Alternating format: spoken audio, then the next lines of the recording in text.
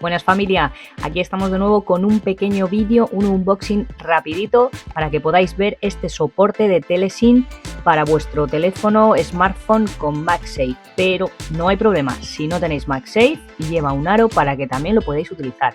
Es bastante ligero, aunque sí que hay que decir que una vez llevado unas cuantas horas en el cuello se nota un poquito el peso, sobre todo si además el teléfono es bastante pesado.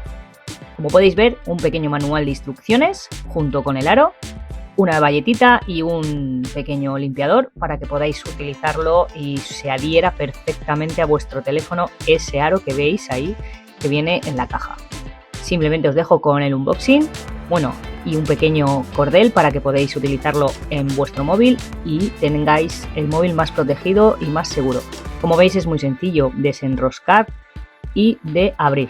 Apretamos el botón y ya lo tenemos liberado y ya no lo podemos colocar en el cuello. Fácil y rápido. La verdad es que es un aparato que viene muy bien para tener las manos libres, poder hacer varios tomas de cámara diferentes y poder utilizarlo mientras grabas y estás haciendo algo con las manos.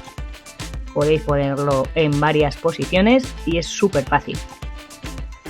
También hay que decir que el aro tiene mucha fuerza y no os penséis que se va a caer el imán, el móvil al suelo. Podéis estar completamente tranquilos y tranquilas que vuestro móvil está bien asegurado. Lo he podido comprobar y es muy fiable.